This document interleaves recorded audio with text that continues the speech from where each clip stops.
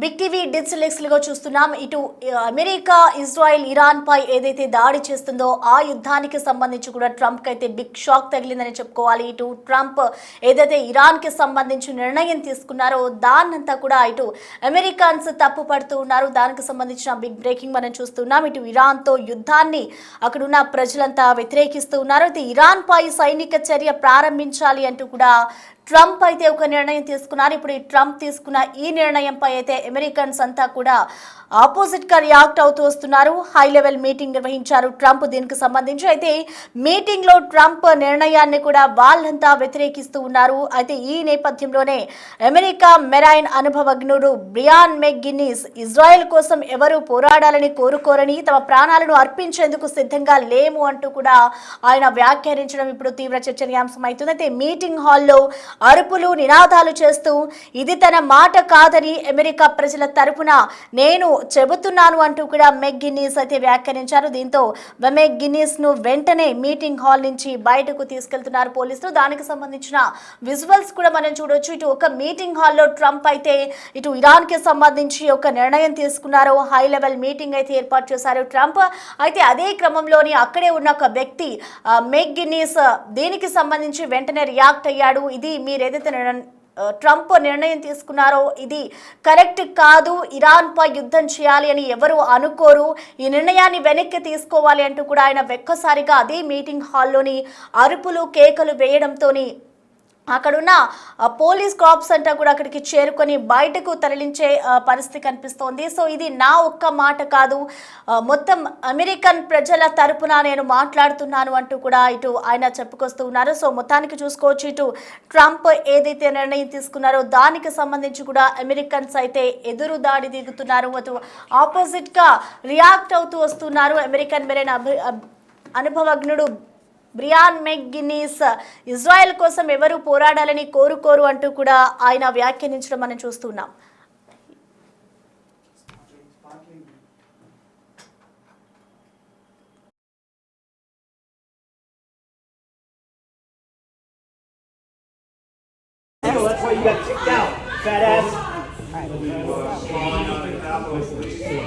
Everybody sit down, please. Sit down, please. Everybody sit down, please.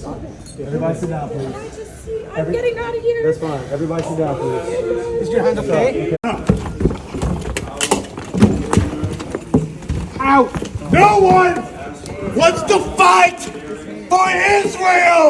His hand! His hand! Oh! His hand!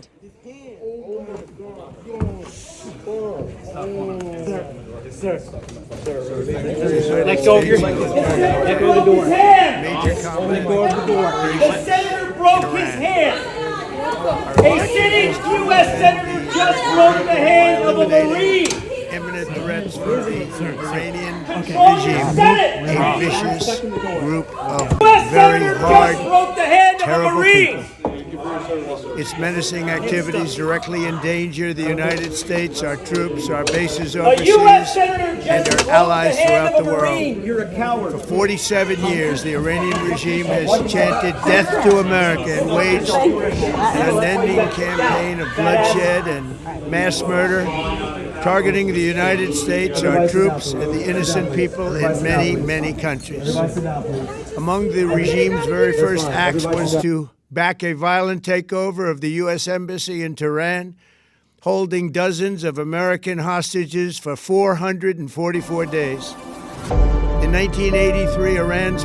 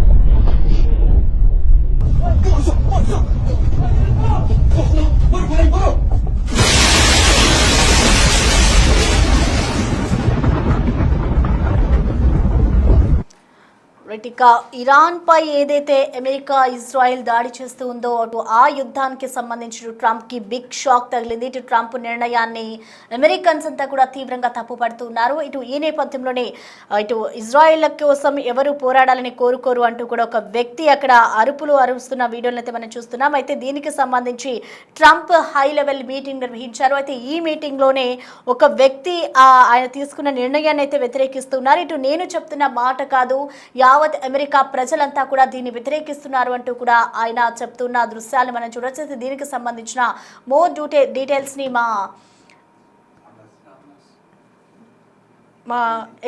ప్రతినిధి రామ్దాస్ అందిస్తారు. రామ్దాస్,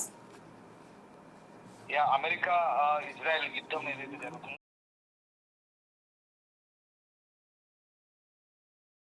అమెరికాలో యుద్ధానికి సంబంధించి ఓవైపు సైనిక చర్యను కొనసాగించడానికి ట్రంప్ అధికారాలను పరిమితి చేసే తీర్మానాన్ని సెనెట్ లో ప్రవేశపెట్టినప్పుడు ఆయనకు అనుకూలంగా 53 మంది మద్దతుగా ఓటు వేస్తే 47 మంది వ్యతిరేకించిన సందర్భం కనబడుతుంది. మరోవైపు ఇటు సెనెట్ కమిటీ విచారణ నుంచి మెరైన్ ఎక్స్పర్ట్ ఎవరైతే ఉన్నారో ఆయన్ను విచారణ నుంచి బ్రియాన్ మెగ్గెనిస్ అనే ఒక ఎక్స్పర్ట్ ఉన్నారు. ఆయన చాలా సీనియర్.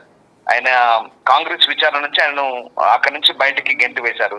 ఈ ఘర్షణకు సంబంధించిన వీడియో మనకు వైరల్ అవుతుంది. అంటే ఇజ్రాయెల్ కోసం ఎవరు పోరాడాలని అనుకోరంటూ ఆయన ఆ వీడియోలో అరుస్తున్నట్టుగా కనిపిస్తోంది. సెనేటర్ టీమ్ షిహీ అలాగే ఆర్ మౌంట్ ఈ చట్ట సంస్థలకు మెగ్గినిస్ ను అంటే ఈ ఏదైతే ఈ గొడవ ఉందో దాంట్లో ఆయన్ని అక్కడి నుంచి బయటికి పంపించేందుకు వీళ్ళు సహాయం చేస్తున్నట్టుగా మనకు అర్థమవుతుంది.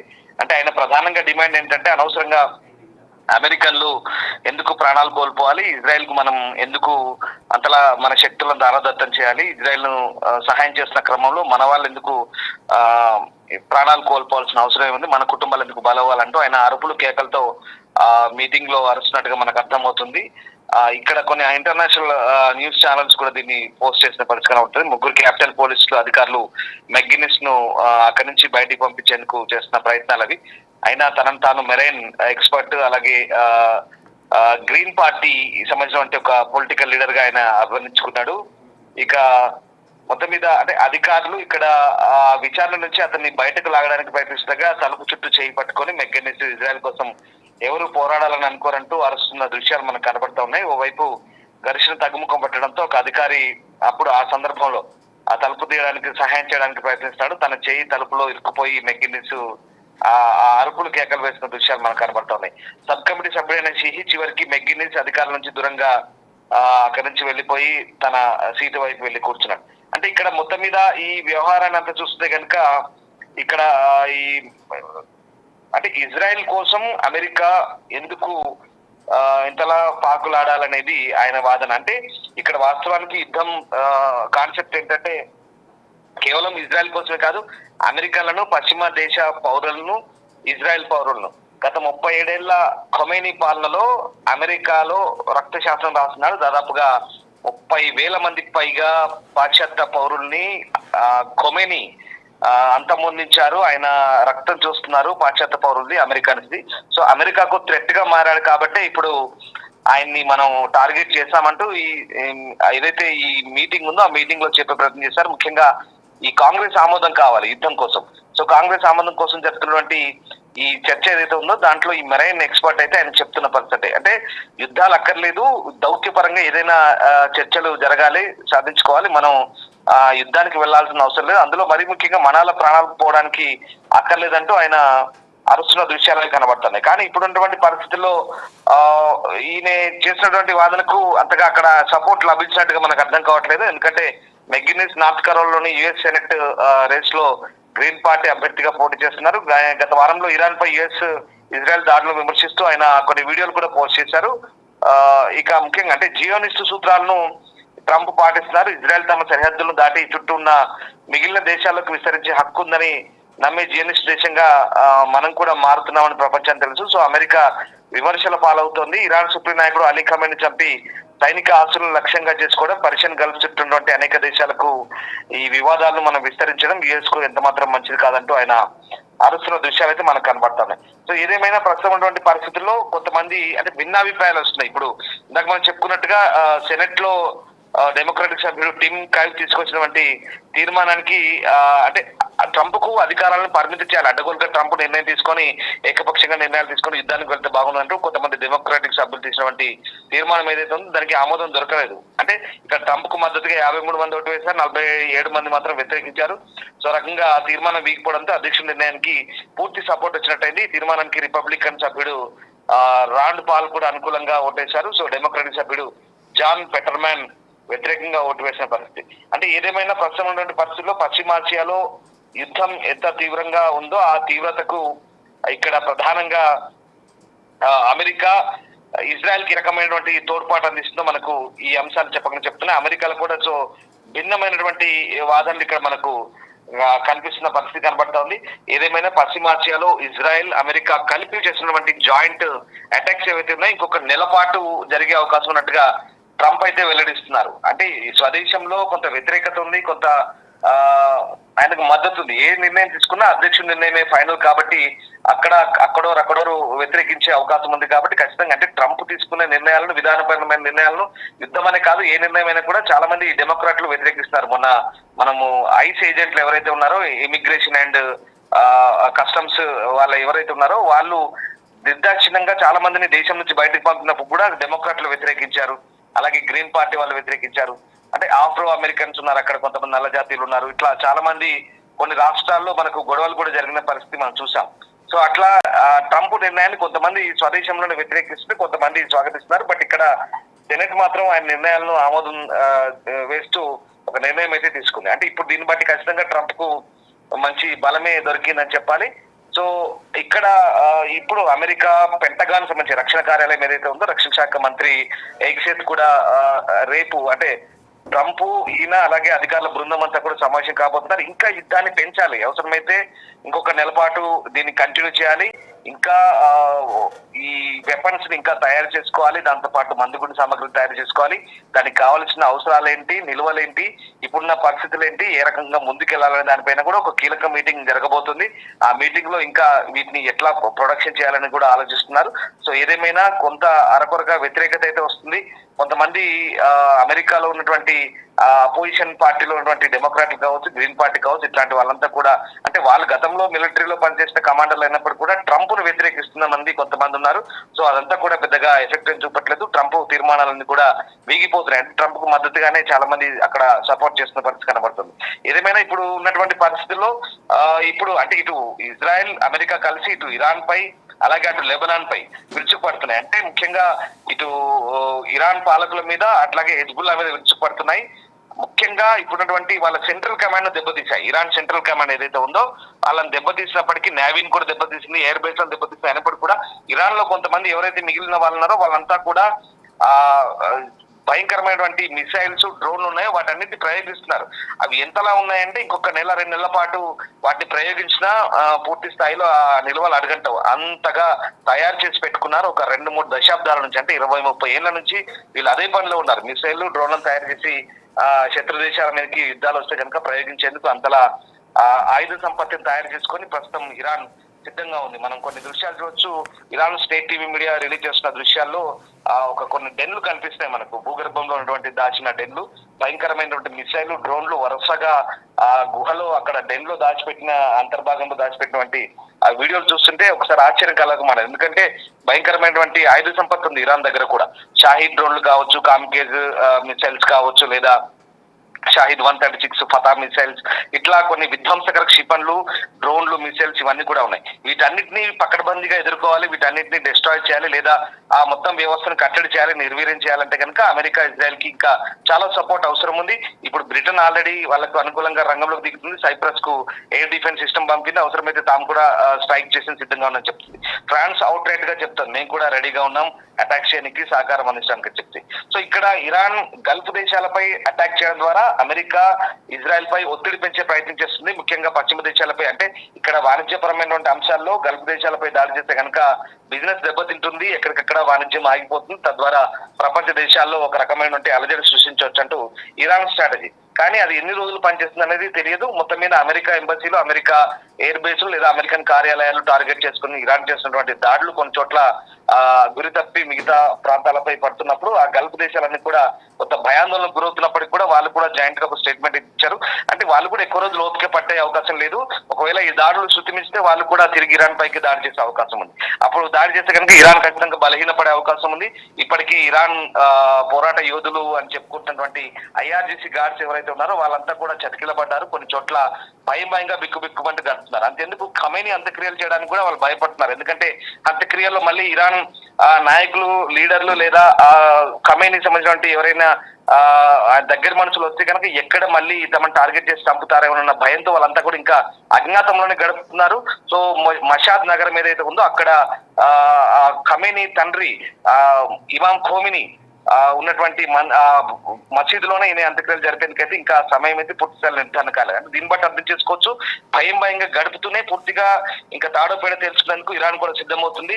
గల్ఫ్ దేశాలతో పాటు అమెరికా సంబంధించినటువంటి స్థావరాలు ఎక్కడైతే ఉన్నాయో, కార్యాలయాలు కానీ స్థావరాలు కానీ వాటిపై దాడి చేసినకైతే వీళ్ళు ఎక్కడ వెనుకాడట్లేదు. వీటన్నిటి కూడా నిరోధించాలి, వీటన్నిటి కూడా నియంత్రించాలనుకుంటే కనుక అమెరికా, ఇజ్రాయెల్ గట్టిగా పోరాడాలి. సో ఇజ్రాయెల్ కు సపోర్ట్ చేసే క్రమంలో అమెరికా కూడా అవుట్ రైట్ గా అమెరికన్ సిబ్బంది అంతా కూడా రంగంలోకి దిగాల్సిన అవసరం కనబడుతుంది. సో అందుకు తగ్గట్టుగానే యుఎస్ సెంట్రల్ కమాండ్ అంటారు, యుఎస్ సెంట్కామ్ అంతా కూడా ఇప్పటికే పూర్తి స్థాయి సన్నద్ధతగా రెడీ ఉంది. మనకు తెలిసింది అబ్రహం లింకన్ అలాగే గెరార్ ఫోర్డ్ నౌకలు కూడా అక్కడి నుంచి చుట్టుపక్కల ఉన్నాయి, మోహరించున్నాయి.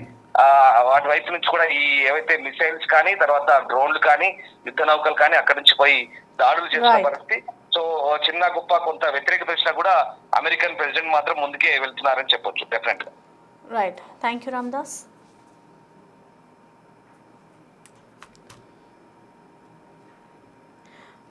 ఇక మొత్తానికి చూసుకోవచ్చు, ఇటు ఇరాన్తో యుద్ధంపై అయితే ట్రంప్కు బిగ్ షాక్ తగిలిందని చెప్పుకోవాలి. ఇటు ట్రంప్ నిర్ణయాన్ని కూడా తీవ్రంగా తప్పుపడుతున్నారు అమెరికన్స్. ఇప్పుడు ఏదైతే ఇరాన్పై ఇజ్రాయెల్, అమెరికా దాడులు చేస్తూ వస్తుందో దీనికి సంబంధించి కూడా యుద్ధ ప్రాతిపదికన ఒక మీటింగ్ అయితే హై లెవెల్ మీటింగ్ని ఇరాన్కి సంబంధించి కూడా ట్రంప్ అరేంజ్ చేశారు. అయితే దీనికి వ్యతిరేకంగా కూడా అందరూ పోరాడుతున్నారు అంటూ ఇటు ఏదైతే మీరు నిర్ణయం తీసుకున్నారో ఇది తప్పు అంటూ కూడా ఒక వ్యక్తి అక్కడే అంటే ఒక కీలకమైన వ్యక్తి వ్యాఖ్యలు చేయడం అండ్ అందులోనూ అదే మీటింగ్లో అరవడం ఇదంతా కూడా అక్కడ తీవ్ర ఆందోళనకు గురి చేస్తుంది. సో ప్రజెంట్ అతన్ని పోలీసులంతా కూడా అదుపులోకి తీసుకొని బయటికి నెట్టివేసే ప్రయత్నం చేశారు. ఇది నా ఒక్కడి మాట కాదు, సో అమెరికన్ ప్రజలందరూ చెప్తున్న మాటలు ఇవే అంటూ కూడా ఆయన చెప్తున్నారు. సో ఓవరాల్గా చూసుకుంటే ఇటు ట్రంప్ యుద్ధానికి సంబంధించి మరో నెల రోజుల పాటు ఇదే కంటిన్యూ చేయాలి, ఇంకా యుద్ధం ఇంకా తీవ్రతరం చేసే అవకాశాలు ఎక్కువగా కనిపిస్తున్నాయంటూ కూడా ట్రంప్ అయితే వెల్లడిస్తున్నారు. సో ఓవరాల్గా చూసుకుంటే ఇటు ఇరాన్తో యుద్ధం ఇంకా ఆపాలి, ఇరాన్తో యుద్ధం చేసే అంత వ్యక్తులు మనం కాదు, ఇరాన్తో యుద్ధం చేయాలి అని ఎవరు అనుకోరు అంటూ కూడా ఆయన చేస్తున్న వ్యాఖ్యల్ని అయితే ఇప్పుడు తీవ్ర దుమారాన్ని నింపుతున్నాయి. సో ఓవరాల్గా చూసుకుంటే ఇప్పుడు ట్రంప్ ఇరాన్కి సంబంధించి హై లెవెల్ మీటింగ్ ఏర్పాటు చేసి ఒక నిర్ణయం తీసుకున్నారో దాన్ని అమెరికన్స్ అంతా వ్యతిరేకిస్తూ ఉన్నారు.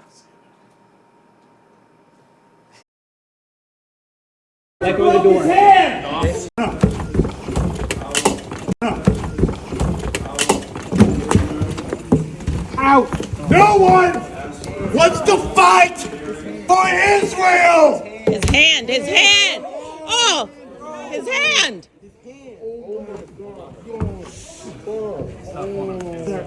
Sir. Let go of your hand. Let go of the door. Let go of the door. The senator broke his hand. A sitting U.S. senator just broke the hand of a Marine. U.S. senator just broke the hand of a Marine.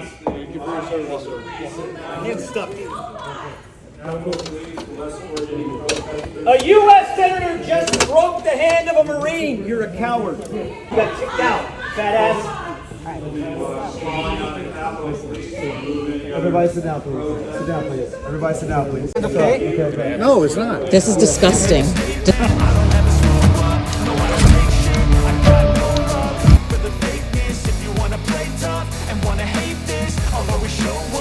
Make a statement. Gonna learn the consequence of being incompetent. Mental health is confidence, dreams and some honestness. I'm not here to save the day, that's for you to take away. I could play a million mind games, but instead I say something not illogical, something that is topical. Rub it on and watch it go, make yourself unstoppable. Dreams are irresponsible, but they're always possible. If you just believe, you could be so remarkable. Thoughts in my head, a collage mirage and they spread. I'll be great one day, going off of my meds. No, I'm not giving up, no, I'm not giving in. I will make it to the top, taking off in the wind. I gotta make it, I'm saving every day to taste it. I'm patient, but my mind, it can hardly take it. I'm chasing a dream that I've had for several ages. A vacant, modern kingdom for the taking.